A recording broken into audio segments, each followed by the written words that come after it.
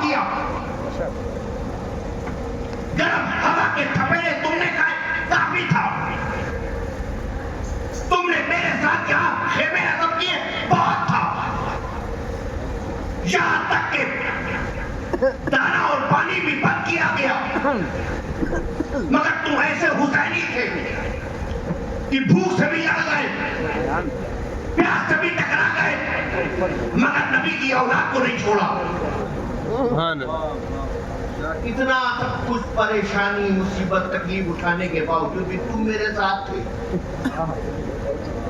مگر میں کہتا ہوں چلے جاؤ. مگر وہ بھی حسینی تھے, صرف نعرہ لگانے والے حسینی نہیں. امام پاک سے سچی محبت کرنے والے. میرا امام وہاں خطاب کر رہا تھا اور اپنا درد ان کی زبانوں میں بیان کر رہا تھا. لوگوں میں جانتا ہوں تمہیں کوئی آیا ہے, اس کی ماں اس کے گھر میں موجود ہے. جو آیا ہے اس کی بیٹی اس کے دروازے پہ اس کا رستہ تک نہیں ہوگی. کوئی اپنے گھر میں اپنا باپ چھوڑ کر آیا ہوگا, کسی کی اولاد اس کے گھر میں موجود ہوگی. میں نے اپنی بیٹی کو مدینے میں چھوڑا ہے, مجھے درد معلوم ہے. میری ماں خاتون جنت, میرا دل جانتا ہے کہ جب میں جنت البقیع گیا تھا اور اپنی ماں کے روضے میں پہنچا تھا, اور جب حاضری دی تھی تو میرے دل کی کیفیت کیا تھی, اور جب اس نیت سے جو الوداع کہا تھا تو جانتا تھا حسین آئے گا نہیں.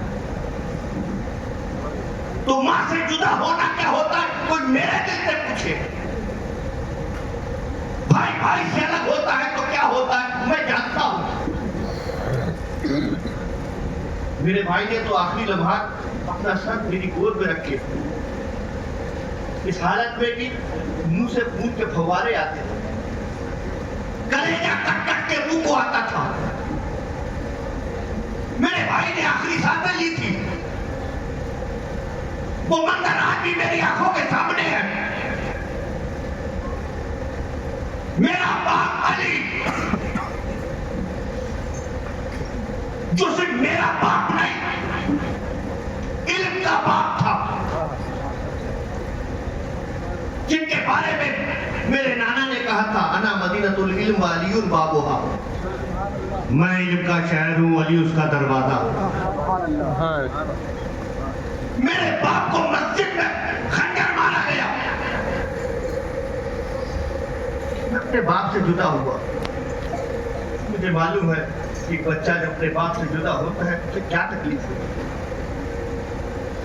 اس لیے کہتا ہوں جسے جانا ہے جائے. تمہاری بیٹی دروازے میں تمہارا رستہ دیکھ رہی ہے. میں نہیں چاہتا ہوں کوئی بچہ یتیم ہو. میں نہیں چاہتا ہوں کوئی عورت بیوہ ہو. میں نہیں چاہتا ہوں کسی ماں کی کوکھ سونی ہو جائے.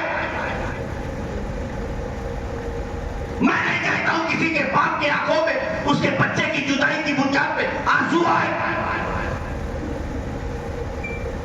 میں نہیں چاہتا ہوں کسی دروازے پہ کسی کی لاش جائے.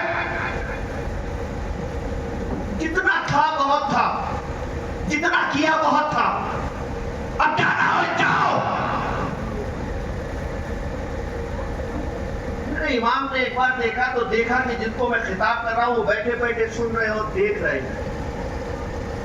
خطاب امام کا ہے, سن رہے غلام. زبان نبی کے نواسے کی چل رہی ہے, آنکھ مصطفیٰ کے غلاموں کی چل رہی ہے. سبحان اللہ. لوگوں کی آنکھوں میں آنسو ہے. میرا امام خطاب کر رہا ہے, وہ سن رہا ہے اور آنکھوں میں آنسو ہے. میرے امام نے ایک جگہ دیکھا کہ ہو سکتا ہے